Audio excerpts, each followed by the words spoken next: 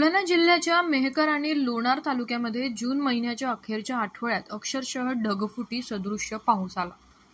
त्यामुळे नुकतीच पेरणी केलेल्या पिकांसह जमीन खरडून गेल्याने शेतकऱ्यांचं अतोनात नुकसान झालंय। आता या दोन्ही तालुक्यातील शेतकऱ्यांवर दुबार पेरणीचं संकट आलंय।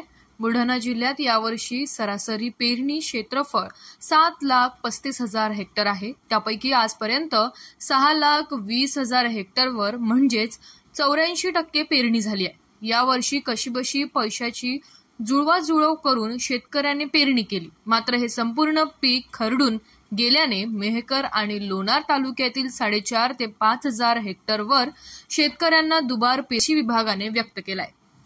सर, आजपर्यंत जिल्ह्यामध्ये किती टक्के पेरणी झालेली आहे आणि गेल्या 15 दिवसांपूर्वी जिल्ह्यात जो काही मुसळधार पाऊस झाला आहे, अतिवृष्टी झाली, त्याच्यामध्ये दुबार पेरणीचं संकट ओढावलंय का? बुलढाणा जिल्ह्यामध्ये खरीप पिकांखालचं सरासरी क्षेत्र जे आहे ते 7,35,000 हेक्टर इतकं आहे आणि आज रोजीपर्यंत जिल्ह्यामध्ये सुमारे 6,20,000 हेक्टर इतक्या क्षेत्रावर पेरणी झालेली आहे, जी की सरासरीच्या 84% इतकी आहे।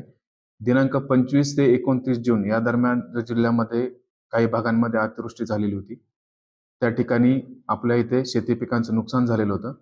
दुबार पेरणीच्या बाबतीत विशेष करून मेहकर आणि लोणार या तालुक्यांमध्ये नदीकाठची किंवा ओढ्याकाठची जी काही शेतजमीन होती, ज्या ठिकाणी पीक वाहून गेलेलं होतं, तर असे साधारणतः 4,500 ते 5,000 हेक्टर इतक्या क्षेत्रावर दुबार पेरणी करावी लागेल असा प्राथमिक अंदाज आहे आणि त्याच्या अनुषंगानं जे काही खतं बियाणं ची उपलब्धता आहे ती त्या स्तरावर आपण केलेली आहे।